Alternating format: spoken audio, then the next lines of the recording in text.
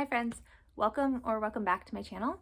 My name is Em, and today we are going to talk about the books I think I might want to read in February. Maybe also known as a TBR, but I'm trying not to use the word TBR this year to give myself a little bit of wiggle room in what I read in the month. However, I do find about a half to 3/4 of the way through each month, the list of books that I want to read for the following month starts to pile up in my head.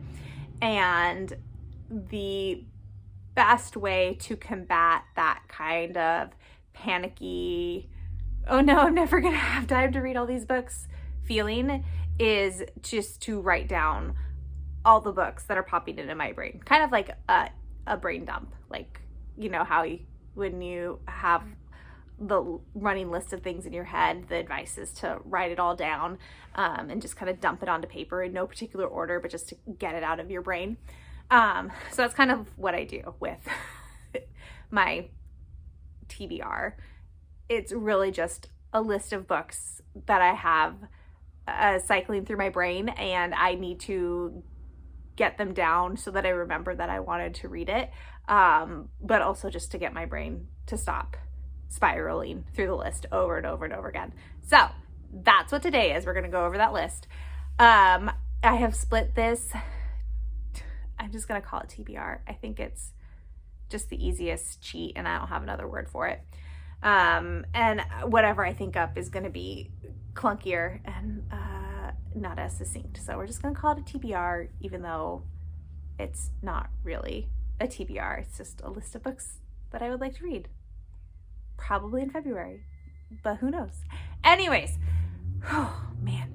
I've split this list into two sections. I have my stack of books that I purchased in February of last year. If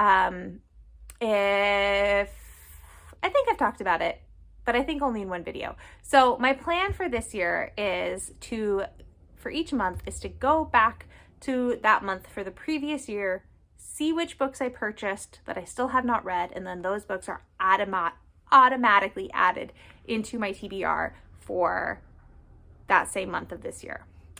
So I have the books I bought in February of 2022 that I have yet to read, and they are going onto my TBR, and I think if I don't read them by the end of February, I have to get rid of them.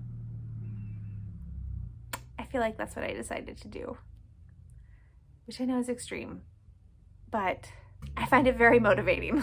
We'll put it that way. Anyways, first book up on the list is The Secret History of Wonder Woman by Jill Lepore. I picked this up in a used bookstore, I believe. I've never read Jill Lepore, but I know she is a very popular nonfiction author. I love Wonder Woman. Well, I love superheroes in general. I'm more of a Marvel girl than a DC girl, but that's okay. I don't even remember why I picked this up. I think I was wanting to read more nonfiction, and nonfiction about superheroes sounded like a good time. So this is on the list to read. I also picked up 9 Fox Gambit by Yoon-Ha Lee. The only book of Lee's that I have read is season 1 of The Vela, which is a collaboration between 4 different authors. I'm not going to remember all 4. But it's a podcast. There's also an ebook of it, and I absolutely loved that, and that got me curious in reading the authors who had contributed that I hadn't read before, and this was the one author I hadn't read before. And I know this book is pretty popular. I believe it was a Hugo finalist back when it first came out. The sci-fi, I don't really know a whole lot about it. I picked it up on the same shopping trip that I got The Secret History of Wonder Woman. I am also going to try to read Bluebird by, this is a very French name. I'm not sure how to say this author's name, but Bluebird by this author. I think I got this book because it was Be Gay, Do Crime is how it was pitched to me. I think it might kind of have like a Western bent to it. Like it says on the back, Rig, gunslinger, outlaw, thief. Yeah, be gay, do crime, and hopefully not die in the process. I remember being really excited when this came out. This is from Angry Robot Books, and I really like a lot of their sci-fi. But I still haven't read it. It's also kind of a chunker. It's gone on my monthly possibility pile a couple of times, but I've yet to pick it up. So hopefully this is the month, because I really don't want to have to get rid of that one. And then I also have Astoria by Peter Stark. I got this because we live in Oregon and we went to Astoria for a family vacation last February, and I bought it at the Mariners Museum that we went to, or the Maritime Museum that we went to, because Astoria, Oregon has a pretty cool history, and I wanted to learn more about it. So this is also on the list. And then the last one that I want to read is Strange Love by Anne Aguirre. I think that's how you say her last name. Why did I buy this? Oh, this was a Storygraph purchase, which I've only done one time, and it was only for this book. But you know how on Storygraph on the main page, it'll have, it'll pop up recommendations of books that the app thinks you'll like, and this was one that popped up, and I think it's got a reality TV show but in space with aliens thing going on. I've read one other book by this author. I read Witch Please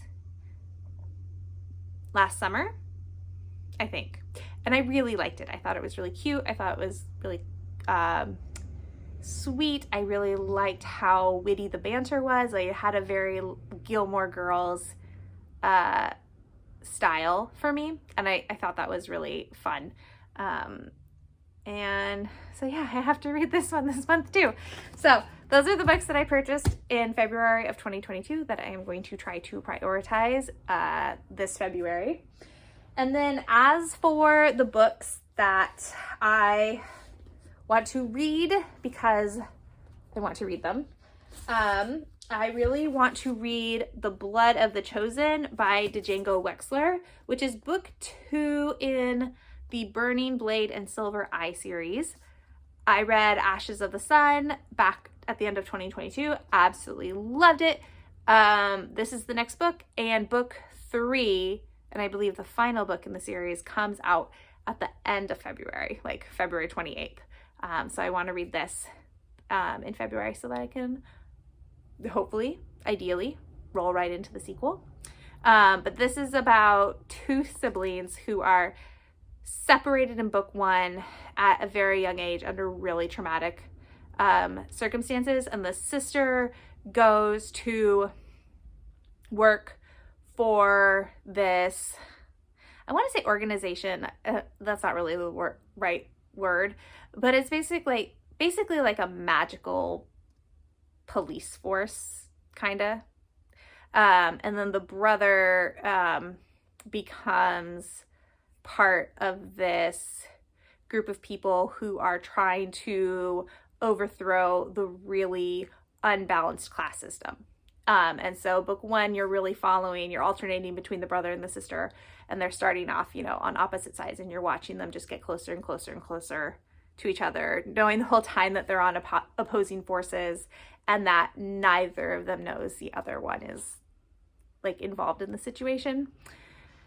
It was so good. Anyway, so really excited to follow up and see what the heck is going to happen to the 2 of them in this one. Okay, and then let's see. I have one more that I want to read that I haven't read yet, and then almost everything else is a reread. So I'll do the one more book, and then I'll talk about the rereads I want to do.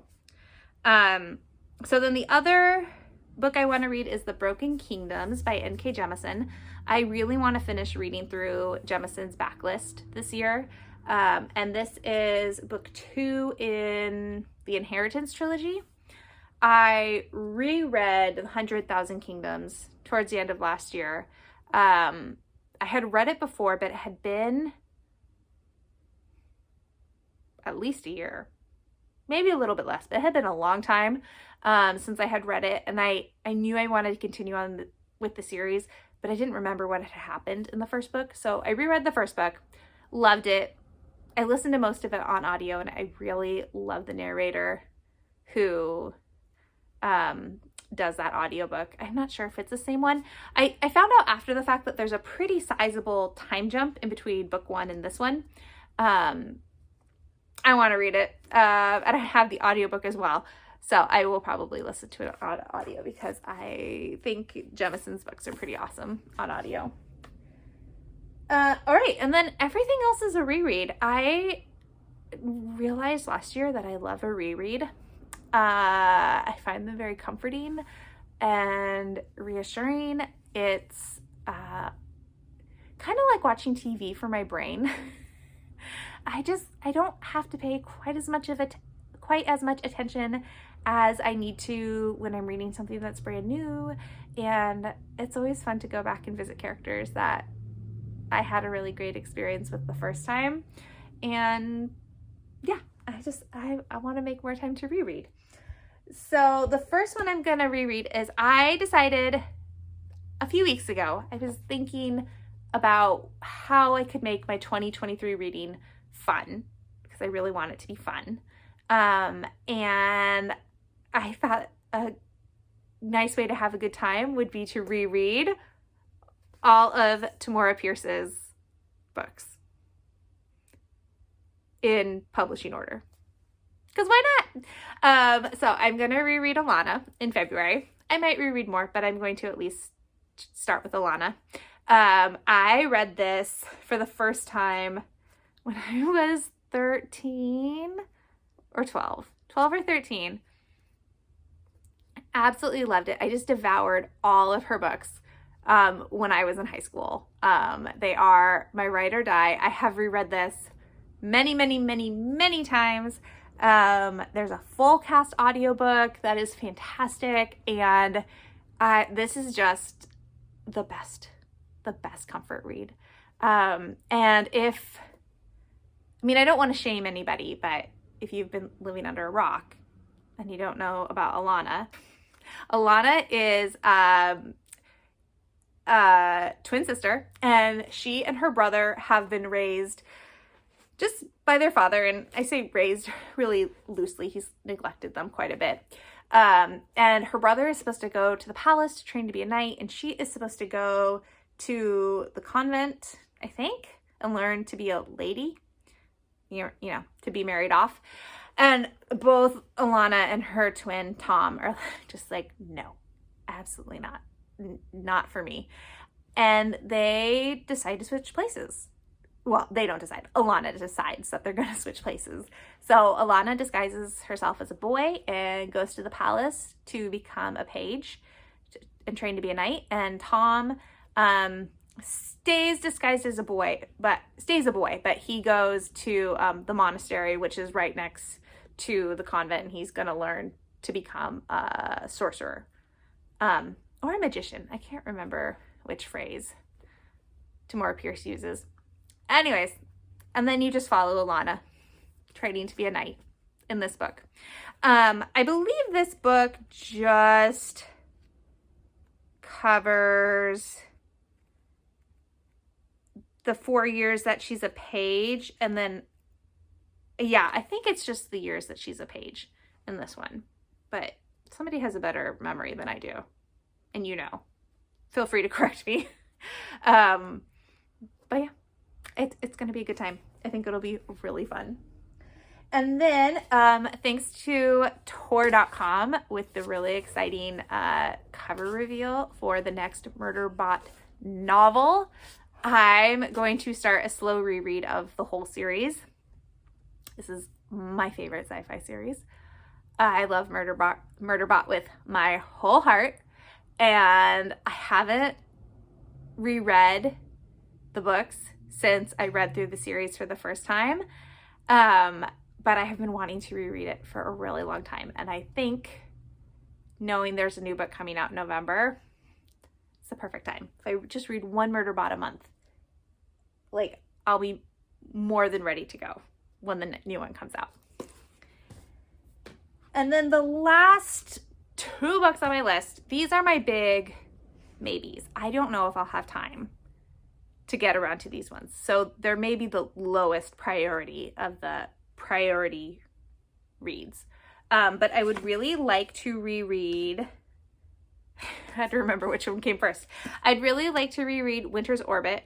Again, I haven't read it since it came out. I actually think I read an early copy, so I haven't read it since before it came out. I remember really loving it, obviously, if I went out and bought a copy. I have watched Everina Maxwell in a couple of author events, and I think she is just so cool. So I would really like to reread this so that then I can read Ocean's Echo, which I still have not read. I don't think you need to read them. I don't think they're a direct series. I'm pretty sure they could stand alone on their own, but I also think it would just be fun to reread Winter's Orbit and then roll right into Ocean's Echo. So that is the tentative plan. But again, like I said, these are kind of the lowest priority of the high priority. So we'll just see how much reading time I get in February and how much I get distracted by library books. All right, so those are all the books I would love to read in February. If you made it this far, thank you so much for watching, and I hope you have a lovely rest of the day, night, morning, week, whatever it is, wherever you are, and that you're reading something that's bringing you a lot of joy, and I will talk to y'all on the next one. Okay, bye.